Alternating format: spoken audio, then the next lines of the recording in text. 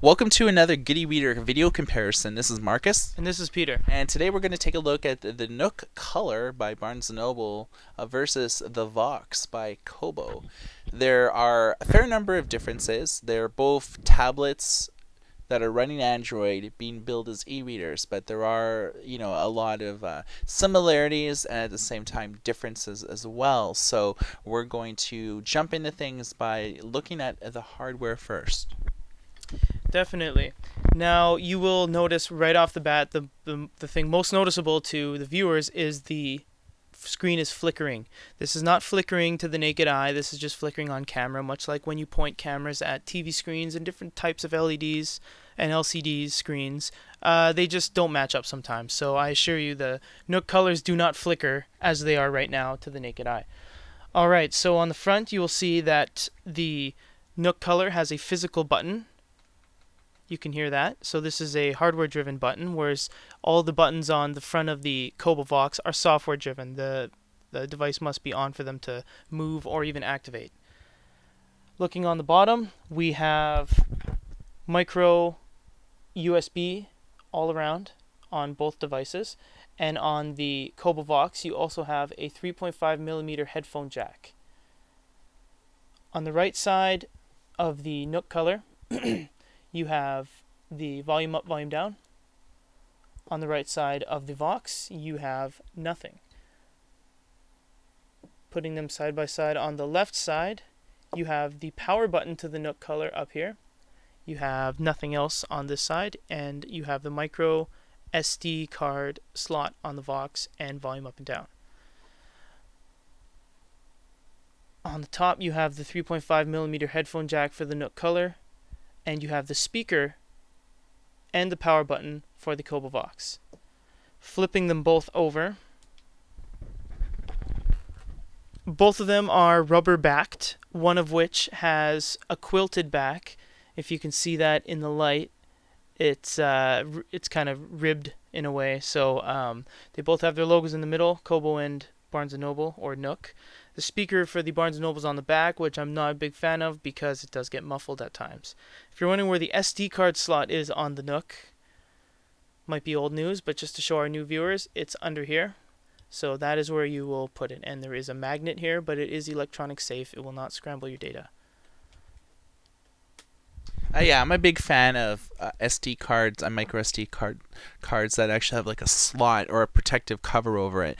All of Kobo's e-readers do not ever have a protective casing or enclosement to the micro SD. So you might want to be aware of that when you're at the beach, on vacation, your pool, because you could really, if water gets in there, you could maybe hoop your entire device.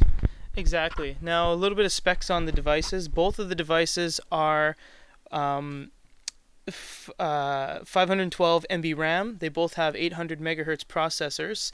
They both have 7-inch screens. They both have the same resolution at 1024 by 600. They both utilize Android, although the Android operating system on the Kobo Vox is 2.3. They both have different font styles and books. They both have roughly the same battery life, 6, 7, 8 hours, depending on what you're using. The Kobo Vox is a little bit lighter than the NooK color by about 50 grams, nothing too substantial.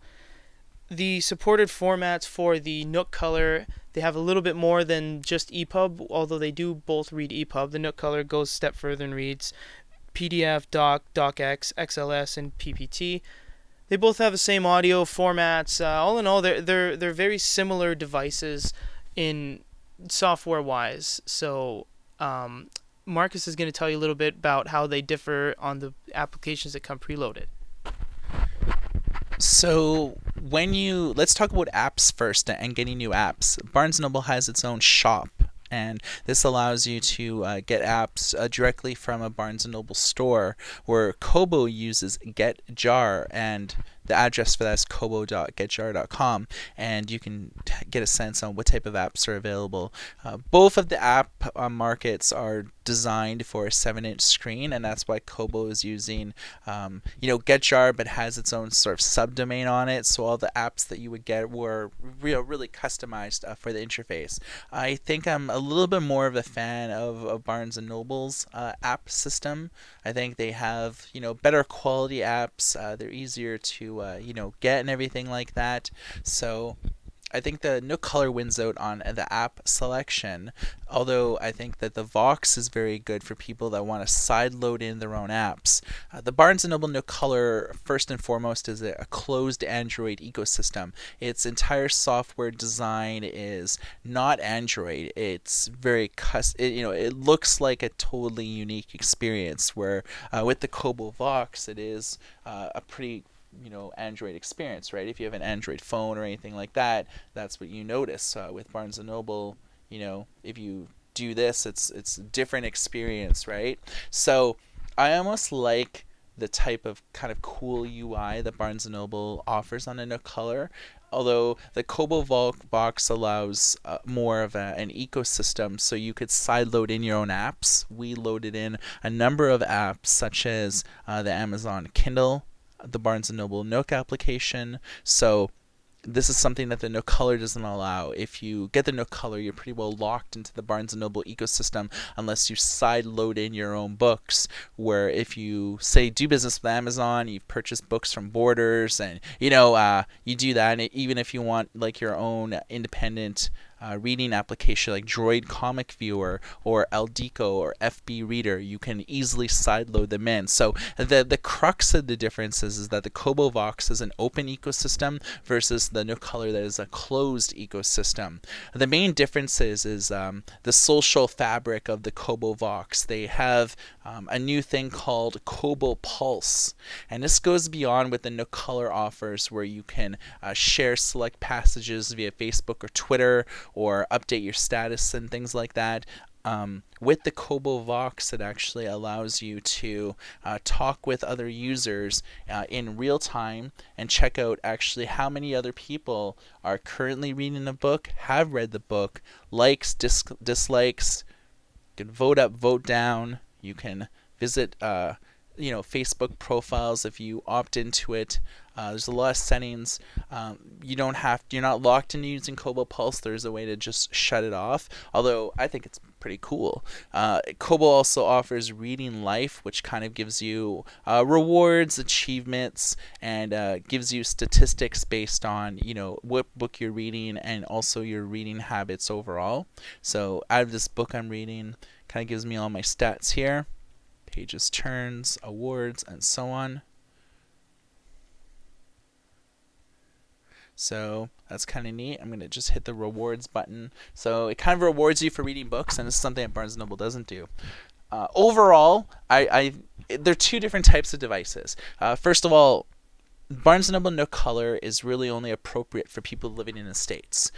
You can only really buy books or even buy the device if you live in the States, or if you deal with a company like our retail sponsor Shopee Readers, where you can buy the NooK Color in any country in the world, and as long as you use a US address, real or not, you can buy books from Barnes & Noble. They'll never send anything to your physical mailing address. They'll only send things via to email. So living in Canada, we're able to just use a US address and be able to buy books. And so it does work, although the Kobo Vox is an international e-reader. So no matter what country in the world that you really live in, you could use your correct home and billing address, your credit card, or even PayPal in some cases to pay for content, and have shop right on the device and have them shipped right to the device. So I really do like the Kobo Vox, especially living in Canada. It really allows me to download anything I want, books, magazines, newspapers, cookbooks, children's books, and so on. Whereas the NooK Color, it's more or less locked to the US unless you fake or spoof like a US address. So if you live in the US, probably the NooK Color If you preferred like a closed ecosystem with like a ton of features, that may be best for you. If you live outside the US, I'd probably recommend the Kobo Vox just because it's easily accessible in a retail sphere and allows a lot of flexibility in terms of being able to load in your own apps, load in your own books, install Flash, and a ton of other content. So that's my opinion. I would say living in Canada, Kobo Vox is a pretty good investment. It does have some hardware drawbacks. The web browser's not really that great, and it doesn't feel like it's totally polished yet, whereas the NooK Color, it's been out for almost a year or more and has received numerous firmware updates. So I find with the NooK Color, it never crashes. It's very solid versus the Kobo Vox that just came out today officially. So it needs some work, but you can really just see for yourself on the differences aesthetically, hardware, software, and the social media aspect of it. I do agree with you, Marcus. It really does. It's because of the fact that these two devices are so similar in both their specs and their reading ability and just everything, that it really does come down to where you live. If you do live in the States, this would be a great choice. Like Marcus said, it doesn't crash nearly as often, although this has been out and has been established and refined for quite some time now. The Kobo Vox, suitable for anyone who's in Canada or internationally, and I think you get a lot more with the Kobo Vox because you have all these extras, awards, reading life, social feeds, stuff like that. The NooK Color, it really is. It's a little bit more money too, but it really is just they're both color e-reading devices. You can't be sad that they don't have a camera. You can't be sad they don't have front-facing FaceTime communications because they are e-readers first and foremost. For sure. So we'll let you guys make up your own decisions from what we've said and the things that you have seen with these devices. We've reviewed both of them in very extensive detail. So again, if you want to see everything there is to see about the NooK Color or the Kobo Vox, check our YouTube channel at youtube.com/user/goodereader, or you can check out our blog for all the latest reviews, previews, industry interviews, and a whole lot more at goodereader.com/blog. And for Good eReader, my name, as always, is Marcus. And this is Peter. And everybody take care.